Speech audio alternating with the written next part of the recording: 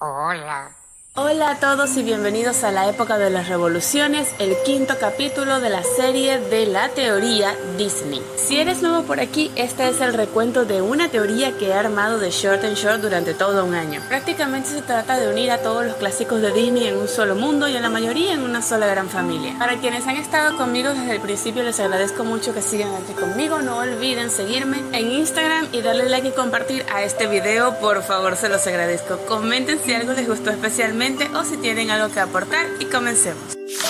Como no tenemos ninguna historia que yo recuerde del siglo XVII, saltaremos del siglo XVI al siglo XVIII, en el cual empiezan las revoluciones e independencias en nuestro mundo. En el París del mundo de fantasía, quedamos que la línea del jorobado de Notre Dame desemboca en un descendiente común llamado Maurice, quien en este siglo se dedica a ser inventor y un poco artesano y mecánico. Con el tiempo, Maurice conoce y se enamora de una campesina francesa llamada Colette, quien desciende sin saberlo de Blancanieves, el cazador y al igual que Maurice de Aurora y Felipe, aunque a estas alturas ninguno de los dos saben que comparten ancestros de 4 siglos atrás, y mucho menos que corre sangre azul por sus venas. Maurice y Colette se casan a mediados del siglo XVIII y tienen una hija a la que llaman Bella. Poco después del nacimiento, Colette contrae la peste negra y fallece, no sin antes dejar instrucciones a Maurice de irse con Bella a la granja de sus padres en Alsacia, para que pudieran salvarse del brote de la peste, y es en Alsacia donde al cumplir los 17 años ocurren los eventos de La Bella y la Bestia. Aquí vamos a hacer una pausa para volver al cuento original que inspiró a la película de Disney. Lo que ocurre es que en el cuento original La Bella y la Bestia resultan ser primos hermanos, solo que ellos no se enteraron hasta casi el final del libro. De vuelta en fantasía, Bella y Adam también serían primos, solo que no primos hermanos, sino primos lejanos por parte de Aurora y Felipe, quienes también son ancestros de Adam, solo que su línea de sangre logró mantener los títulos nobiliarios. Lo otro es que esta historia ocurre en paralelo a la época de la Revolución Francesa, por lo que aunque a Adam se le llama príncipe, realmente él y Bella no van a ser reyes de Francia. En todo caso, se le llamaría delfín y no príncipe, y ni siquiera les conviene, ya que se les pondría precio a sus cabezas. Por el contrario, Adam en realidad sería un marqués, solo que en Francia solían llamarlos a todos príncipes por ser de la nobleza. ¿Y por qué un marqués? Porque Alsacia es una región fronteriza, territorios que solían estar gobernados por marqueses y que les resultaba muy conveniente, ya que si las cosas se caldeaban demasiado en Francia, se les sería muy fácil cruzar a Alemania hasta que pasase el reinado del terror, lo cual le brindaría a Bella la oportunidad de viajar y tener las aventuras que tanto quería, y quizás hasta enterarse de que tenía como antepasada a una princesa alemana del siglo XVI llamada Blancanieves. Ya sea dentro o fuera de Francia, lo cierto es que Bella y Adam tuvieron muchos hijos y nietos, pero sobre todo muchas hijas y nietas, y acabaron casándose con los herederos de otras casas reales de Europa, y algunos se convirtieron en reyes y reinas de estos reinos. Podemos decir que si Aurora fue una abuela de Europa en el siglo XIV, su descendiente Bella es otra abuela de Europa, pero a partir del siglo XVIII. Empezaremos con 2 de sus hijas, Rita y Ariana. La mayor, Rita, se casa con el rey Runar de Noruega, volviéndose reina de este país y siendo la madre del príncipe Agnar, pero tristemente, al igual que su abuela Colette, Rita no aguantó mucho tiempo luego del parto. Luego tenemos a la hija menor, Ariana, quien se enamora de un príncipe polaco llamado Frederick, el cual es un descendiente importante de Blancanieves y Ferdinand, y cuya línea sanguínea sí logró mantener los títulos nobiliarios, aunque estos no reinaban en el reino de Blancanieves, sino en un pequeño reino relativamente reciente que habían erigido en un vasto islote del mar Báltico, el reino de Corona. Pero antes de continuar con la historia de la princesa Ariana y el príncipe Frederick, debemos voltear nuestra atención a la villana que por muchos años ensombreció su feliz vida juntos, Gothel.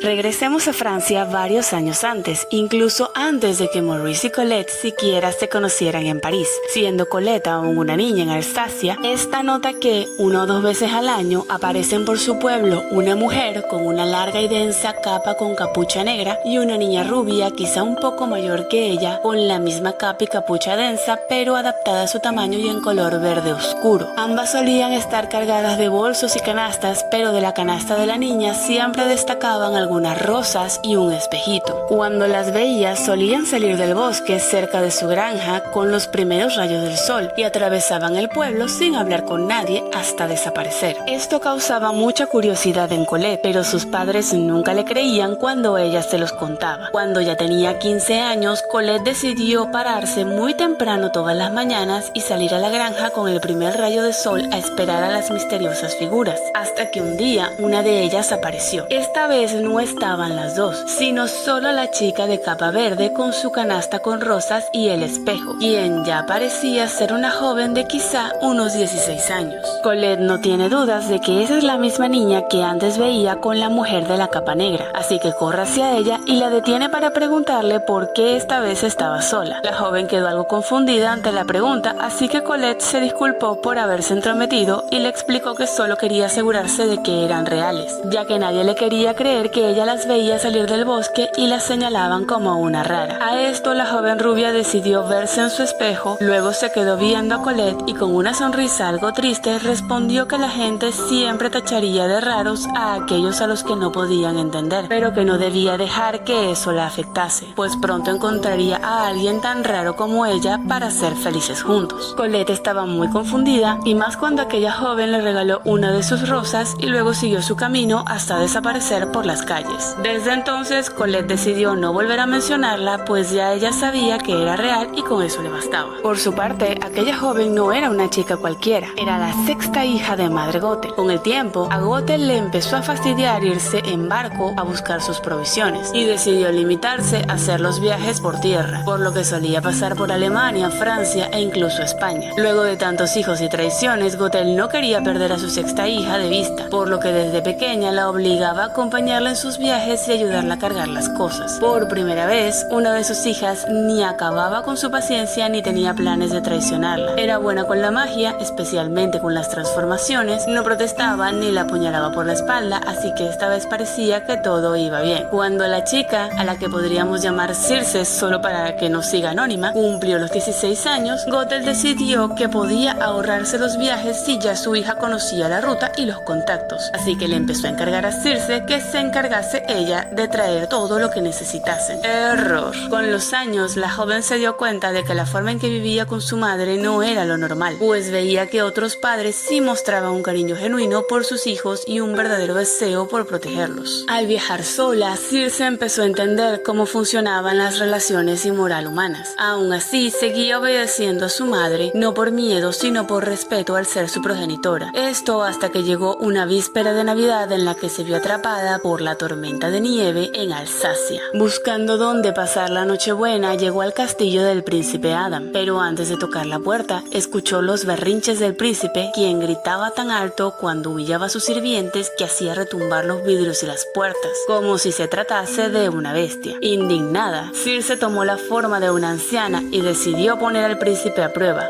que ya todos sabemos que falló. Pero poco después de lanzar su hechizo, la joven sintió que se le había pasado la mano. Como ya no podía revertirlo, decidió esperar y con el tiempo ver si quizá podía ayudar un poco al príncipe a cumplir con el plazo impuesto. Luego de los 10 años que duró el hechizo, Circe decidió quedarse en Alsacia, pues la historia de Adam y Bella le había dejado claro que su madre nunca sería capaz de quererla realmente.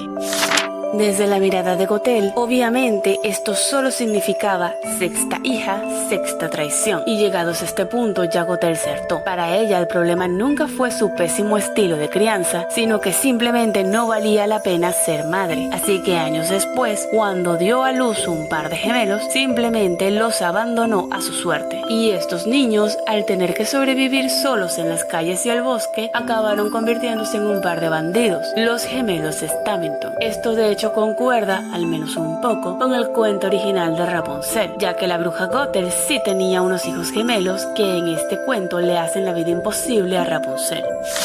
Mientras Gothel se dedica a mantenerse joven con la flor mágica, a buscar ingredientes para sus pócimas y jugar con los hombres que se atravesaban en su camino, tenemos a la princesa Ariana y al príncipe Frederick casándose y siendo declarados en corona como los nuevos reyes. Yo aquí me imagino los vitrales de la iglesia con las imágenes de Felipe y Aurora, Eva y Leopoldo, Blancanieves y Ferdinand, y ahora Ariana y Frederick, como los más recientes portadores de ese legado. Además de que entre los invitados del lado de Ariana estarían Adam y Bella, Rita visita con su esposo y su hijo Agnar bajo el escudo de Arendelle y algunos otros invitados de los equivalentes a Mónaco y Dinamarca de este mundo por ciertas alianzas que estarían por formarse. Mientras todos estaban de júbilo, Gothel estaba maldiciendo a todo lo existente luego de dar a luz a su novena y última hija biológica, Cassandra. Por lo que haya sido, esta vez Gothel no decidió o no logró deshacerse de su hija, pero se aseguró de hacerle entender que sus únicas labores eran los quehaceres del hogar y obedecerla en todo, especialmente nunca salir de su cabaña. Tal como Maléfica y Circe, Cassandra obedeció en todo y no le generaba problemas a su madre, pero Gothel ya no quería tener nada que ver con la maternidad. Mientras tanto, la reina Ariana parecía repetir el destino de su tatarabuela, la reina Eva, y que no iba a sobrevivir al parto, por lo que la flor mágica fue la única forma de garantizar su supervivencia, lo cual claro le generó un enorme problema a Gothel, pues no solo su juventud dependía de esa flor, sino también su vida. Entre eso y lo poco que le importaba a su hija menor, raptó a Rapunzel y huyó a la torre escondida, abandonando a Cassandra a su suerte. Luego de esto, ocurren los eventos de Enredados. Rapunzel y Flynn se casan y de sus descendientes creo que la más relevante recién aparecería en el siglo XXI.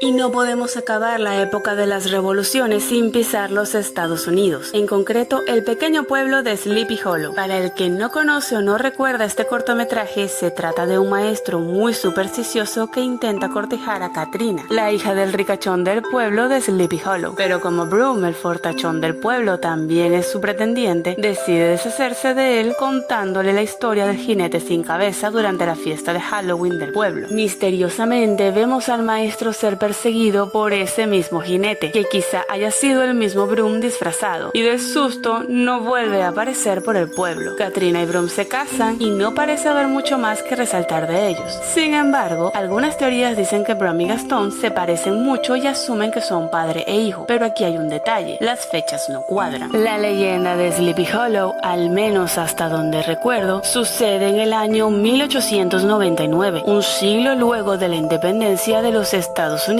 y a punto de iniciar el siglo XX. Mientras tanto, La Bella y la Bestia transcurre a finales del siglo XVIII, justo antes de que se desate la Revolución Francesa. En resumen, no cuadran para ser padre e hijo, y ni siquiera los pondría como ancestro y descendiente, ya que Broom es claramente de ancestros holandeses, mientras que Gastón es más francés que el Ratatouille. Pero en honor al parecido que tienen, puedo ponerlos como primos lejanos. Quizá algún familiar, tía, prima o hasta alguna hermana de Gastón pudo haberse casado con un comerciante holandés y luego terminar en los Estados Unidos. Pero esto no significa que Gastón se quede sin descendiente, pero este será más importante para el capítulo de la era victoriana.